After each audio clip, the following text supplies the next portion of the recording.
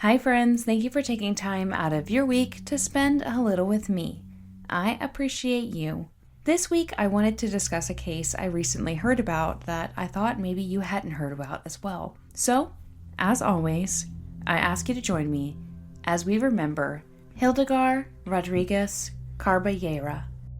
Aurora Rodriguez Carballeira was born on April 23, 1879 in Spain to parents Francisco and Ana. Her family was described as upper class. Growing up, Aurora had a progressive education. As a young child, she spent much of her time in both liberal and intellectual environments. Her father was a liberal politician and a Freemason. She quickly became familiar with the text of classical utopian socialists, all thanks to her father's extensive library.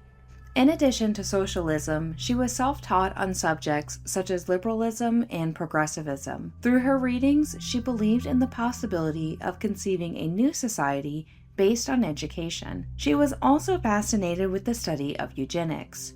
Eugenics is defined as the science and practice of improving the quality of the human race through controlled reproduction. Mates are chosen for their heritable characteristics that are regarded as desirable. At the age of 16, Aurora was allowed to carry out her first experiment. Her sister Josefa gave birth to a son, Jose, who she left in the care of Aurora. Under her tutelage, Jose was a prodigy on the piano. His mother returned to care for him and help direct his future. She moved him to Madrid, where he became a successful pianist and composer under the name Pepito. He was nicknamed the Spanish Mozart. Because of her time with Jose, Aurora saw her ability to create a superior being. In addition to her eugenic ideas, Aurora was concerned for women's rights. She decided from a young age to be an autonomous, independent woman. She refused to submit to the authority of any man through marriage. In her opinion, the function of a man should be limited to merely fertilizing. Because of her feminist ideals, Aurora created her life's mission, the Superwoman Project. Through the use of eugenics and education, she aimed to create the first free woman in Spain, the prototype for the woman of the future. After the death of her parents, Aurora received a lofty inheritance, and from this, she decided to focus full-time on her mission. She set out to create a creature in the most optimal conditions that would, in turn, become the perfect woman. Her daughter would be like a human statue and would be the measure of humanity and the final redeemer. Because of her feelings towards men, Aurora decided she would have a daughter, and she would raise her as a single mother despite the stigma. But first, she needed to find an ideal candidate. She published advertisements in different newspapers where she listed the requirements the man had to meet. These included understanding that he had no rights to the child. He would only be a physiological collaborator. He must lead a healthy life and not suffer from any physical illness or possess any intellectual disabilities. The chosen man was said to be a Navy clergyman named Alberto. She maintained only the relations essential to achieve pregnancy. Once she knew they had conceived, Aurora moved to Madrid to prepare for the arrival of her child. Aurora was rigorous with her pregnancy to ensure the perfect development of the fetus. She carried out a series of techniques that were part of eugenics to ensure not only a healthy pregnancy, but also the gender of the child. She bathed twice a day with hot water and woke up every hour to change positions to ensure proper blood flow. Aurora decided she wanted a daughter, even though, according to her, women are, as painful as it was for her to confess, the worst thing in the human species. But she wanted a daughter because she was convinced that whoever could change the world had to be able to replicate it. And since women can bear children, her experiment needed to be a woman. So on December 9th, 1914, Aurora's daughter was born. She named her Hildegart, which she claimed meant Garden of Wisdom. Aurora believed names predestined people. Despite her belief in atheism, Aurora had Hildegart baptized and registered when she was around 4 months old. Hildegart's childhood education was exhaustive. Aurora worked with her tirelessly, providing special toys that worked on her motor stimulation. She also made her follow a specific diet. No one was allowed to touch or talk to Hildegart, and Hildegart was not allowed to play with other children. She devoted herself and poured everything she could into her daughter, who she referred to as her statue of flesh. Aurora's efforts seemed to pay off. By the time Hildegard was 2, she could read. By 3, she was able to write. And by 8, she spoke 4 languages: Spanish, English, French, and German. Everything she studied were specific topics aimed at making her a gifted person. When she turned 13, Hildegard graduated from high school with excellent grades, and at 14, she enrolled in the Central University of Madrid, where she studied law under a special permit due to her age. During this time, she launched herself into the public and political life as a socialist militant. While in college, she lectured and wrote articles for a multitude of magazines and newspapers. She was the author of 16 monographs. At 17, she finished her law degree with honors and began studying 2 other degrees, one in philosophy and another in medicine. Hildegard became nationally known. She was an avant-garde feminist who championed women's rights such as access to sexual education, birth control, divorce, and questioned monogamy. The main theme of her writings was sexual liberation of women. She asked institutions to teach sex ed from a scientific point of view in order to educate the working class to have children with a social conscience, to achieve birth rate in accordance with economic resources. She published several essays ranging from the sexual rebellion of youth, how venereal diseases are cured and avoided, and the eugenic problem, points of view of the modern woman. She collaborated writing in scientific and political journals. The idea of eugenics were present in her writings because she believed it was the key to achieving a more just and egalitarian society. In 1932, Hildegard co-founded the Spanish League for Sexual Reform on a scientific basis with famous doctor and scientist Gregorio Marañón. She was also the leader of the Spanish Socialist Workers' Party. She gave conferences on feminism and female sexuality. She corresponded with like-minded intellects such as H.G. Wells, Margaret Sanger, and sexologist Havelock Ellis, who nicknamed her the Red Virgin since her writings were based solely on theory.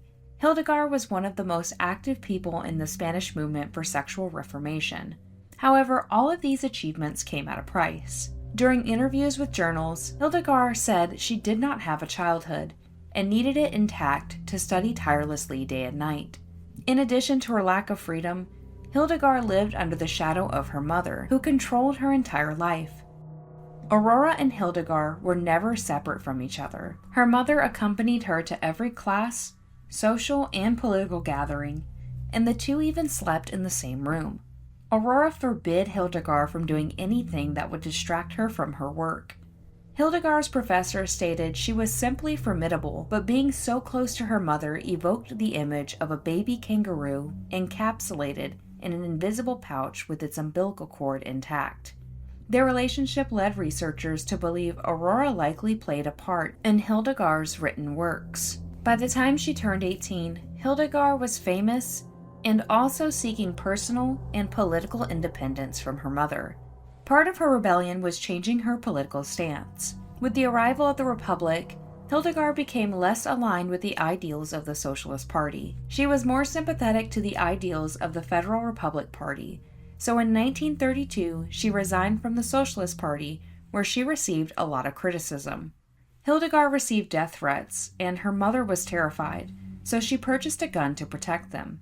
Hildegard slowly started reclaiming her life.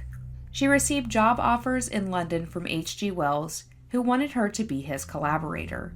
In addition to this, an alleged relationship with socialist writer Abel Villela led to Aurora losing more influence on her daughter. When she told Aurora about the possible move to London, the Superwoman project was on the verge of being spoiled, and Aurora wouldn't stand for it. Hildegard was gaining her independence and autonomy. Aurora couldn't stomach losing her, who she considered as property. Aurora confined her to the family home on May 27th until June 8th. Then, on June 9, 1933, things took a turn. During the early morning hours, Aurora woke up, bathed, and got dressed. She sent her employees to walk the dogs. While her employee was out, Aurora returned to her bedroom, where Hildegard slept. Aurora then retrieved the gun she had previously purchased and shot Hildegard while she slept, 1 time in her chest and 3 times in the face. The political movement in Spain correlated with Aurora's murder trial. The trial started in 1934, and there was a change of government from moderate left to the right. Aurora's lawyers and psychologists were modern left-wing and progressive, while the prosecution was right-wing. The defense pushed the narrative that Aurora suffered from a mental health issue, whereas the prosecution wanted to show she was of sound mind. The prosecutor, Jose Moreno, stated she had a brain disorder by intoxication of 1,000 contrasting and poorly digested readings, but she was not a madwoman. Aurora agreed with the prosecution. She spent her trial protesting against her defense attorney. She denied the allegations of a mental health issue and claimed she was not mad. Because of the prosecution's arguments and her own words, Aurora was found guilty of the murder. It's unclear of her exact motivations for killing her daughter. Some theories alleged Hildegart may have fallen in love, or there was an international conspiracy to kidnap her. The main reasoning seemed to be that Hildegart planned to separate from Aurora, and out of paranoia, she murdered her. During trial, Aurora stated, "The sculptor, after discovering the slightest imperfection in his work, destroys it." The judge sentenced her to a total of 26 years, 8 months, and 1 day to prison. Aurora was overjoyed with the outcome, stating she had won 26 years to live. She didn't regret the murder and repeatedly said she would do it all over again if she had to. She also had a plan to reform the prison system. Aurora was sent to prison where, for the longest time, it was believed she disappeared after the opening of the prisons during the Civil War. But in 1977, her medical records resurfaced, and the truth came out. Her time in prison was short. Once the attention from the trial died down, had mental evaluations performed on Aurora. These reports confirmed the undeniable evidence that she had a mental imbalance, and due to this, she was transferred to the psychiatric hospital in 1935. Her nephew Jose acted as her legal guardian until his death in 1954. On December 28, 1955, Aurora died in the asylum from cancer. It is believed she was buried in a mass grave. During her time in the asylum, she told psychiatrists that Hildegart wasn't the product of a blind sexual passion, but a perfectly prepared plan, executed with mathematical precision and with a specific purpose. Her reasoning was, "I who created it, who made it, who formed it over the years, know perfectly well where it should go." In her mind, she had the right to destroy Hildegart, since she was born for a mission that she couldn't deviate from. Hildegart was only 18 years old at the time of her death. She was laid to rest at the Almudena Cemetery in Madrid, Spain.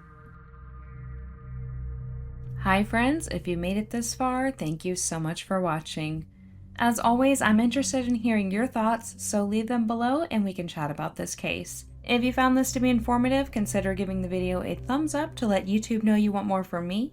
And lastly, if you're not subscribed yet, you should, because we would love to have you under the ash tree. Thank you all once again for joining me. I appreciate you so much. You don't have to be here, and you are, and I think that's just the best. I hope you have an amazing week ahead of you, because you deserve it. But for now, we must part ways.